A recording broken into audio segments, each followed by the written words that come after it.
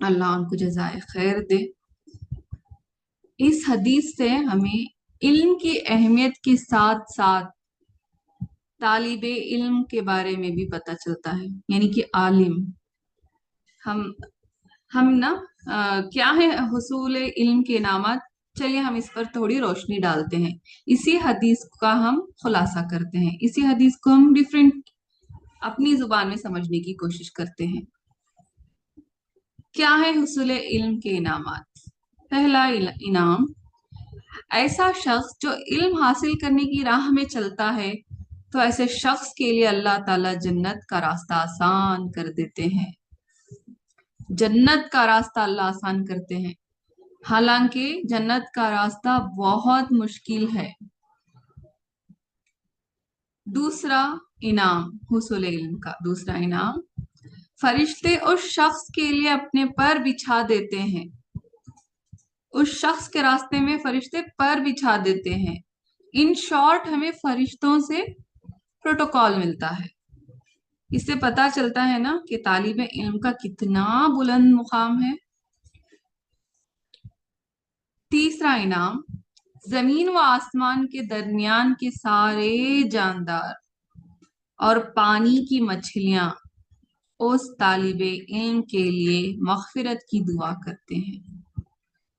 ये हमारी आदत है ना कि हम हर मिलने जुलने वाले से ये कह रहे होते हैं ना कि हमारे लिए दुआ कीजिए, जब भी दुआ करें हमें दुआ में याद रखें। हर मिलने वाले से हम ये कह रहे होते हैं।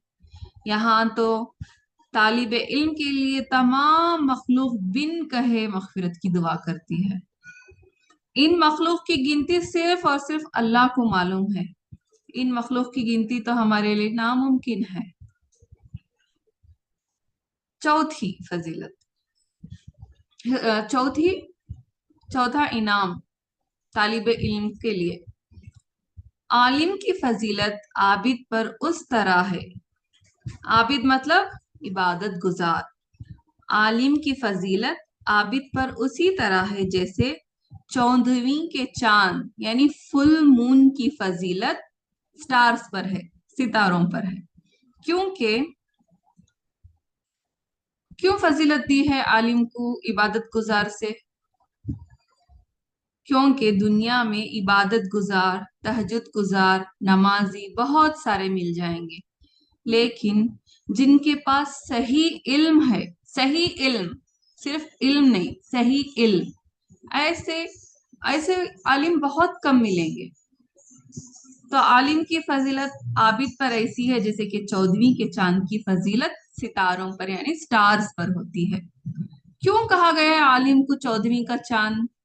क्योंकि चांद की रोशनी बहुत दूर तक जाती है और स्टार्स की रोशनी बहुत दूर तक नहीं जाती। इसलिए आलिम को स्टार से कंपेयर किया है, क्योंकि आलिम आबिद के बामुकाबिला ज्यादा नफामंद होते हैं।